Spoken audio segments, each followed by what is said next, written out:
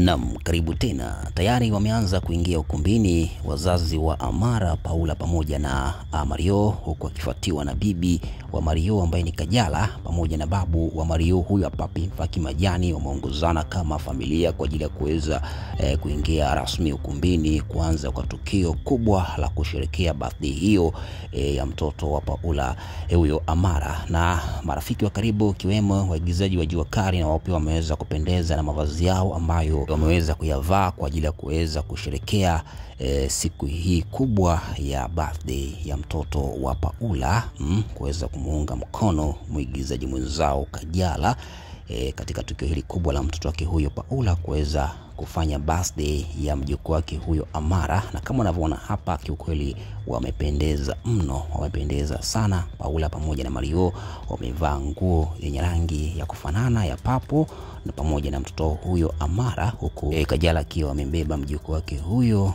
wakifuatana kuingia ukumbini. Kama unavyoona hapa, watu wameweza kupendeza sana huku wakiwa na furaha kuweza kusherehekea siku hii kubwa ya birthday ya mtoto wa Paula pamoja na Mario.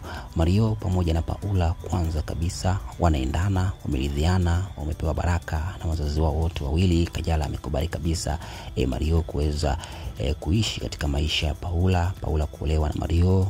Tayari mahari imetolewa za ndani kabisa kwamba Paula ameshatolewa mahari yote na Mario, hivyo kinachosubiriwa tu ni kuweza kufungwa kwa ndoa. So bwana, hatimaye siku ya leo ndio siku kubwa kabisa. Siku hii kiukweli, hii ni birthday ambayo inafanywa, birthday ya kifahari ya mtoto wa Paula kuweza kutimiza mwaka mmoja. Kama unavyoona hapo, wageni ni wengi sana, watu walioalikwa ni wengi mno, wameweza kuhudhuria katika tukio hili kubwa, huku Paula pamoja na Mario wakiwa wanafuraha sana siku ya leo kuweza kuona watu mbalimbali wakiwemo ndugu, marafiki wa karibu ambao wameweza kujitokeza kwa ajili ya kuweza kuwaunga mkono katika kusherehekea siku ya kuzaliwa ya mtoto huyo Amara, akiwemo babu wa Amara ambaye ni Pimfaki Majani na bibi yake na Amara ambaye ni Kajala, pamoja na watu mbalimbali ambao wameweza kutokea katika tukio hili kubwa kabisa la birthday ya mtoto wa Paula. Haya ndio ambayo kwa sasa yanaendelea pembezoni mwa bahari katika hoteli kubwa ya Landmark Hoteli ambayo ipo hapa katika jiji la Dar es Salaam.